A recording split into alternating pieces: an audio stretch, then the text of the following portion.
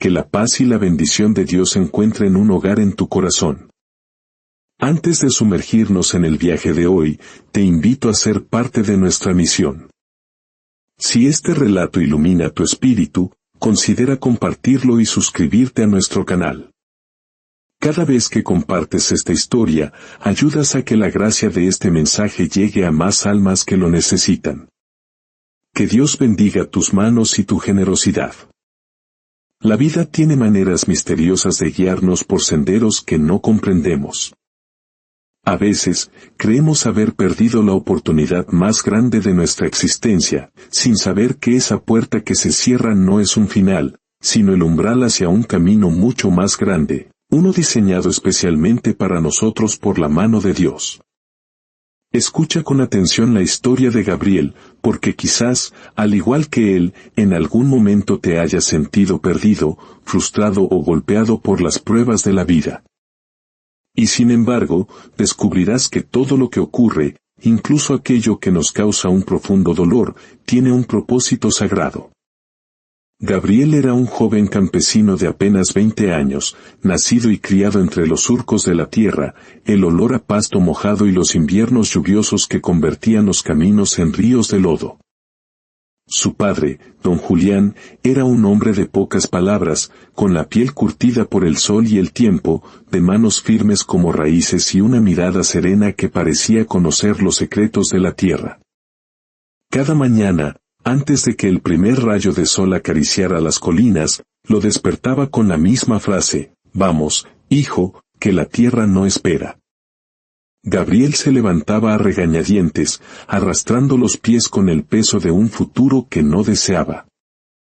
El rocío helado le empapaba los pantalones y el frío de la madrugada se le clavaba en los huesos como miles de agujas invisibles.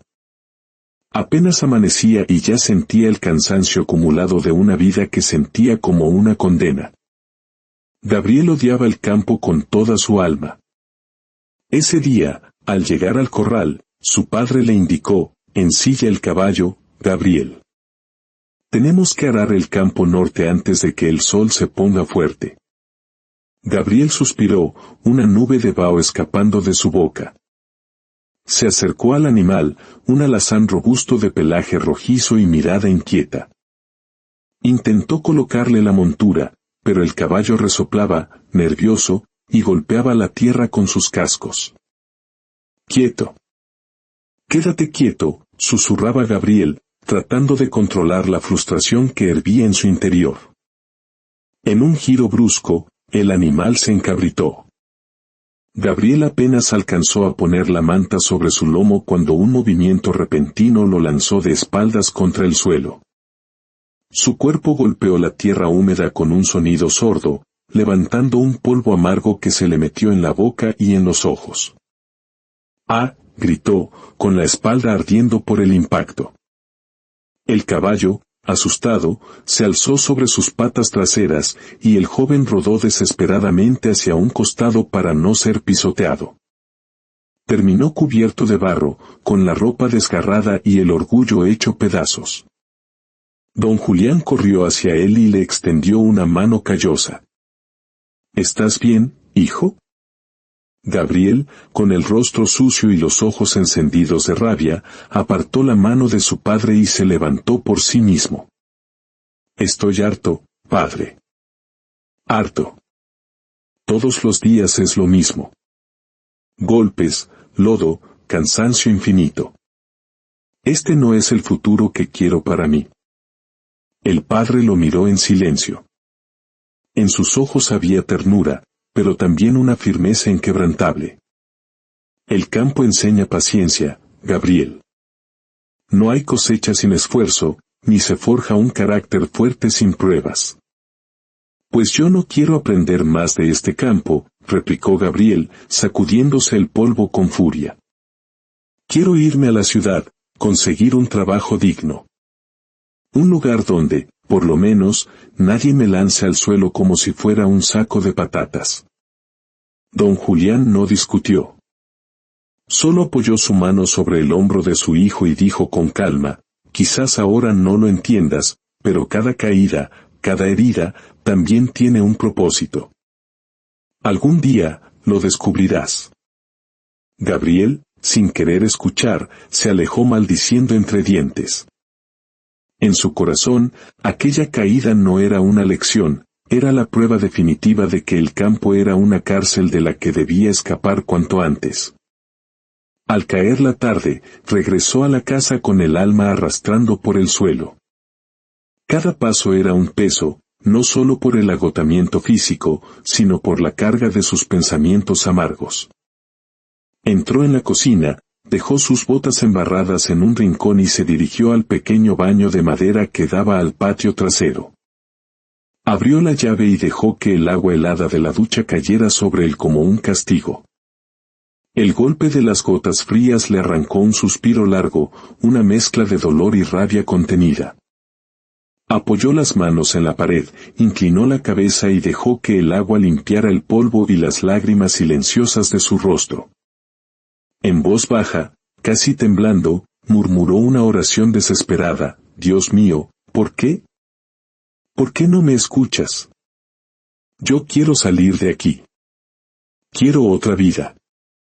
¿Acaso no ves que ya no puedo más? El agua corría, llevándose la tierra de su cuerpo. Gabriel cerró los ojos y continuó su lamento, esta vez con más enojo: cada día me esfuerzo, cada día aguanto en silencio. Y mientras más lo hago, peor me va todo. ¿Hasta cuándo, Señor? Dime, ¿hasta cuándo? Su voz se quebró. El sonido de la lluvia sobre el techo de lámina se mezclaba con el agua de la ducha, creando un eco de su propia tristeza. Por un instante, sintió que el silencio le respondía, como si Dios estuviera allí, escuchando, pero sin darle aún las respuestas que anhelaba. Se secó el rostro con las manos, respiró hondo y golpeó suavemente la pared, no con rabia, sino con la impotencia de un alma cansada. Yo no nací para esta vida, susurró para sí mismo. Al día siguiente, mientras arreaba las vacas bajo una lluvia torrencial, el cielo se oscureció como si la noche hubiera caído de golpe. El lodo se convirtió en una trampa pegajosa bajo sus botas.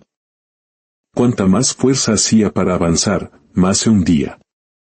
Cuanto más gritaba a las vacas para guiarlas, más se dispersaban, desafiantes. Era como si la naturaleza misma se rebelara contra él. De pronto, resbaló y cayó de rodillas en medio del lodazal. El agua helada lo empapó hasta los huesos, y el peso del barro lo cubría por completo. Con rabia, golpeó el suelo con sus puños. Maldito campo. Siempre en mi contra. Su padre apareció entre la tormenta, avanzando con calma, sujetando a una de las vacas. El agua le corría por la frente, pero en sus ojos había una paz desconcertante. Lo miró y solo dijo: levántate, hijo. La lluvia no dura para siempre.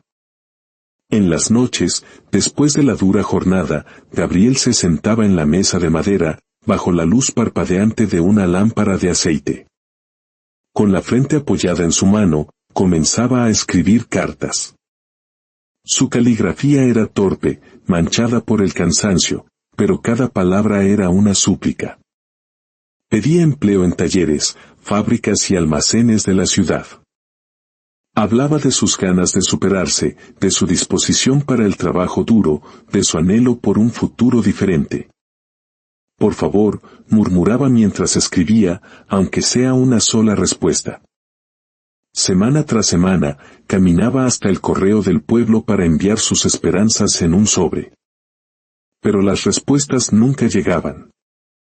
Cada día de silencio era una nueva herida en su corazón.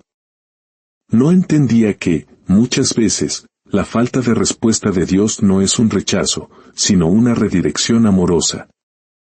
El día de la feria de ganado, la humillación alcanzó su punto máximo.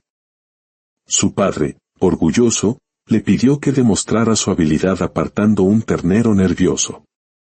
Gabriel, lleno de desprecio por esa tarea, se acercó al animal con brusquedad.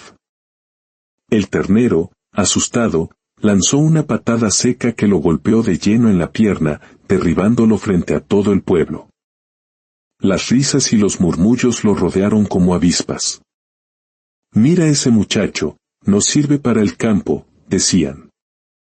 La vergüenza le pesaba más que el dolor físico. Su padre lo ayudó a levantarse y le habló con voz serena: «Hijo, cada herida te prepara para ser fuerte».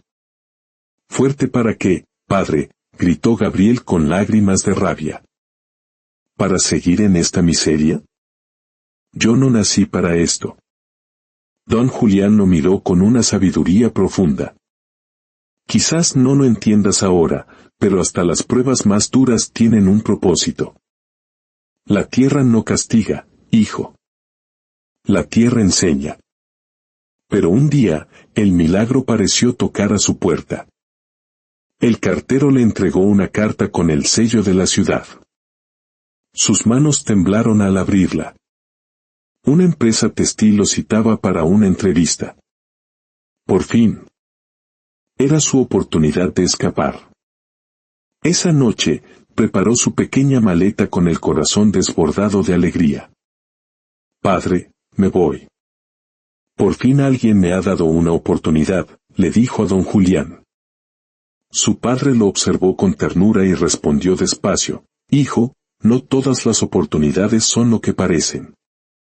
Confía en el plan de Dios y recuerda siempre, todo en la vida tiene un propósito». Al amanecer, Gabriel corrió hacia la estación. El silbido del tren a lo lejos era música para sus oídos, el sonido de la libertad. La estación era un hervidero de gente. Y entonces, entre la multitud, la vio. Del tren que acababa de llegar, bajaba un hombre elegante acompañado de una joven de belleza delicada. Su piel parecía de porcelana, y sus ojos, al encontrarse con los de Gabriel, parecieron detener el tiempo. Él quedó paralizado, preguntándose qué hacía un ángel así en un pueblo polvoriento como el suyo. Ese instante de distracción fue suficiente. Tropezó con un saco de grano y cayó pesadamente al suelo. Mientras se levantaba, aturdido y avergonzado, el silbato del tren sonó, largo y profundo. Era su tren, el tren que lo llevaría a su nueva vida. «No, no, esperen», gritó. Corrió con todas sus fuerzas, pero la locomotora ya había tomado velocidad. Saltó, estiró la mano, pero solo tocó el aire. El tren se alejó, llevándose con él todos sus sueños. Se quedó de pie en el andén, jadeando, con los ojos llenos de lágrimas de frustración. «Era mi única oportunidad», murmuró, sintiendo que el mundo se derrumbaba a sus pies. Regresó a casa derrotado. Se metió bajo la ducha fría, y allí, en la soledad, volvió a clamar a Dios. «¿Por qué, Señor? ¿Por qué me pones estas pruebas? ¿Por qué no me dejaste subir a ese tren? Ya no puedo más».